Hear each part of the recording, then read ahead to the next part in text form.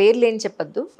మీరు జస్ట్ వాళ్ళకి ఒక స్టోరీ ఉంటుంది ఖచ్చితంగా. ఎంత కష్టపడి మీ వరకు రీచ్ అయ్యారు అనేది. 1 or 2 ఏదన్నా వాళ్ళు ఎంత స్ట్రగుల్ అయ్యి మీ వరకు రీచ్ అయ్యారు, ఈ రోజు ఎలా ఉన్నారు? చాలా అసలు ఎంత స్ట్రగుల్ అవుతారంటే ఒక్కొక్క స్టోరీ కూడా మనకి చాలా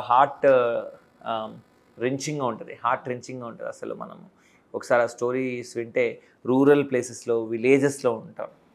ఆ విలేజ్లో ఉన్నప్పుడు వాళ్ళు ఒక అమ్మాయిగా పుట్టినా కూడా అబ్బాయిగా ఉండాలనే ఒక ఇంటర్నల్ ఫీలింగ్స్ ఉంటాయి. అది వచ్చినప్పుడు ఆ ఫ్యామిలీలో ఒక అమ్మాయిగా పుట్టారు అనుకున్నారు, బట్ వాళ్ళ ఫ్యామిలీ అబ్బాయిగా అమ్మాయి చూసుకుంటాను తను.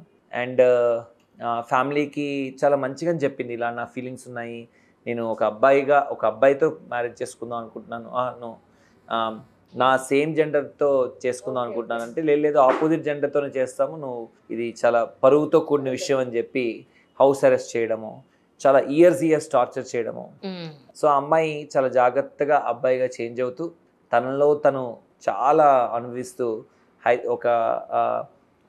ఇంకా అవకాశం లేని పరిస్థితుల్లో హైదరాబాద్కి రావడం. ఆ హైదరాబాద్కి వచ్చినప్పుడు మనకి ఈ విషయం తెలియడం మనకున్న కమ్యూనిటీ ద్వారా.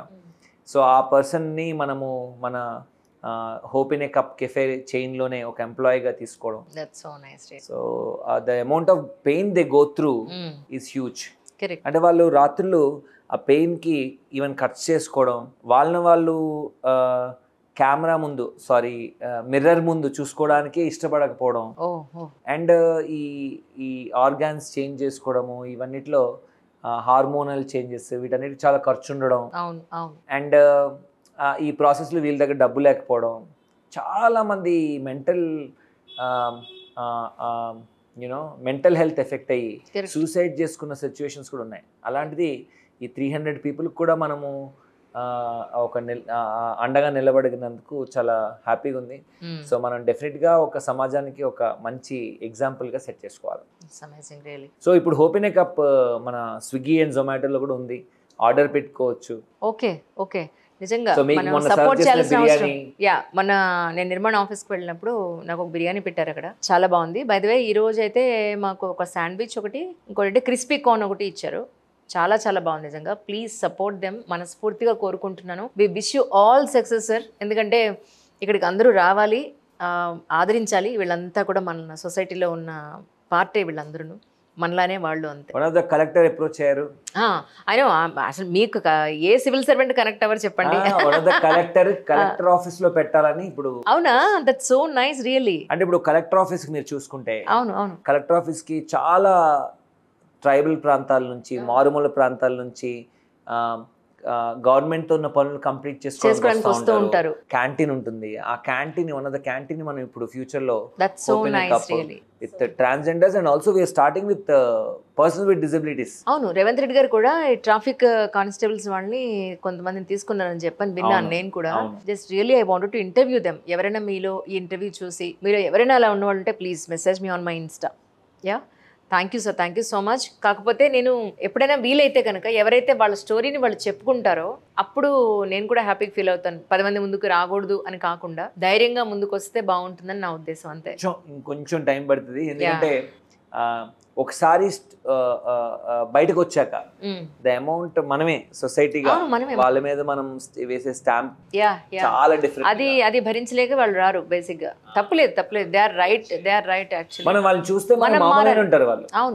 మనము వాళ్ళ అబ్బాయా అమ్మాయా అని మనం ఏమి గమనించలేదు, జనరల్ గానే ఉంటారు.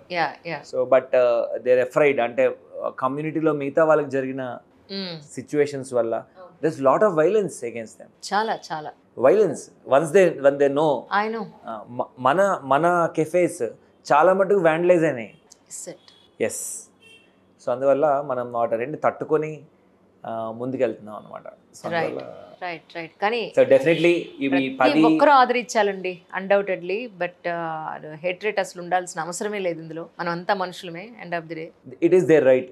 It is there right. Last point I want to share with you is there is nothing like they and us. It's only we. Yes, absolutely. Yes, absolutely. Thank you so much, నిర్మాణ గారు. నా పేరు చెప్పండి ఇప్పుడు. నా నిర్మాణ గారునే వచ్చేస్తుంది నాకు మయూర్ గారు.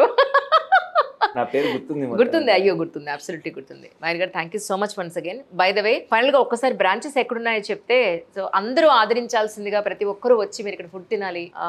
నిజంగా మనకే బ్లెస్సింగ్, నిజం చెప్పాలంటే వాళ్ళకి మనం బ్లెస్సింగ్ ఉంటుంది కదా, వాళ్ళే మనం బ్లెస్ చేస్తారు. So please come and encourage them once again.